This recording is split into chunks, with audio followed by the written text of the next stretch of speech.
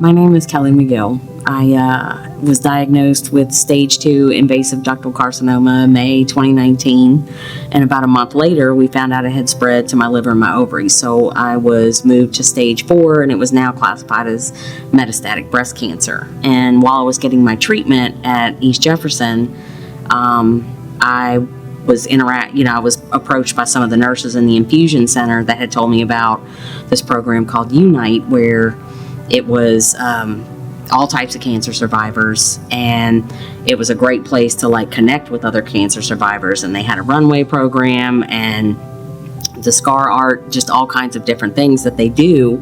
They would have get-togethers and stuff, and it was just a great place to meet people who were also battling or were in remission, and just be able to get that support, and help with what's next, or dealing with side effects, or if you're just having a bad day, or you just want to be able to go do something fun. Oh, when she approached me about the Unite program, I thought she was on some type of drugs. I was like, are you kidding me? I am the furthest person from doing something like this. I was an athlete all my life. I was a law enforcement officer for 10 years. I was so far from being feminine and walking a runway like some type of model. Yeah, I thought she was crazy. I thought I was way out of my depth, because everybody looked like they were no problem with the heels and the dresses and the makeup and the walking around, and I just felt like a duck out of water. When we started doing some of the other things, like the candle pass, where we got to know each other a little bit, and then when I started going to practice, it got to be a little more comfortable, because the runway coach Leslie actually allowed me to have the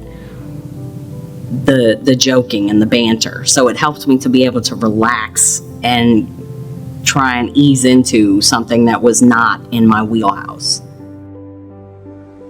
Yes, my mom has always tried to make me feel more feminine, look more feminine. She battled that battle my whole childhood. So going through this was big for me to be able to do for her, because this was her chance to see me completely out of my wheelhouse and be just totally feminine, all dressed up, made up, and just looking like the beautiful daughter she always thought I was.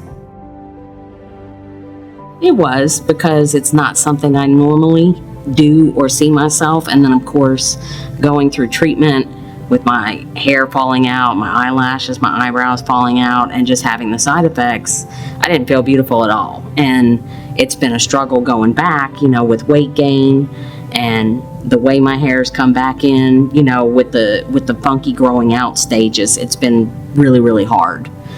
So getting that chance to see myself that way was pretty amazing. They were amazing. I was very nervous during the show when I first stepped out. But after we got past the formal wear, because that was probably the most challenging one for me, the dress was long, it had a train, and I was really trying to make sure that I didn't trip and fall on the stage. But I really, really had a good time with it when we got into the later outfits. The outfit I had from Chico's, and then the one from Gene Therapy. I really got to settle in and have some fun with it. And so, yes, it was a lot of fun. It gave me a really big boost in confidence. I had a really good time with it. It was funny. I had actually gone to the New Orleans classes show the night before, and I saw Amy Storms from that class. She came out in this gorgeous red dress, and hair was all done up. I mean, she was looking on fire. And she did this move where she had put her hand, run her hand down in between her chest. And I thought, that is a fantastic move, because I had a dress that had the same type of opening. And so I literally came out and did that move the next night, because I was like, oh, I'm going to take that move. That's a good move. She did. She told me that I stole her move. She told me that later at the after party, that I stole her move. It was hysterical. But it was in great fun. We both knew that it was just great. Yes, I do. I really, really, really love the friendships that I made. I love the fact that we get together monthly to have dinner and catch up with each other. For the ones that I don't get to talk to regularly, some I talk to pretty regularly every few days, but I like that we get together monthly. We're actually thinking about taking a beach trip, next year together. So it's been really amazing with the friendships I've built with this, and to have that true support network. That it's amazing. In the beginning with the diagnosis, my family and friends were great, and I loved the support I got.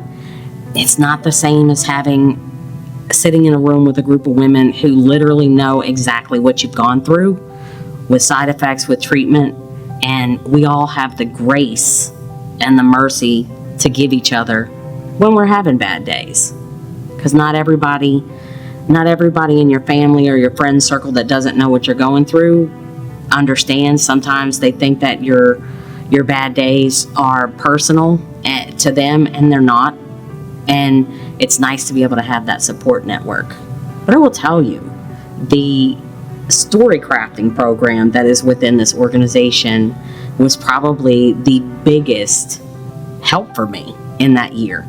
The runway show gave me confidence, but the story crafting program was almost cathartic and therapeutic. It was great being able to write things out. And then the scar art was a surprise. Because I am not artistic at all. So there were a lot of different aspects of this organization and the program that I took away.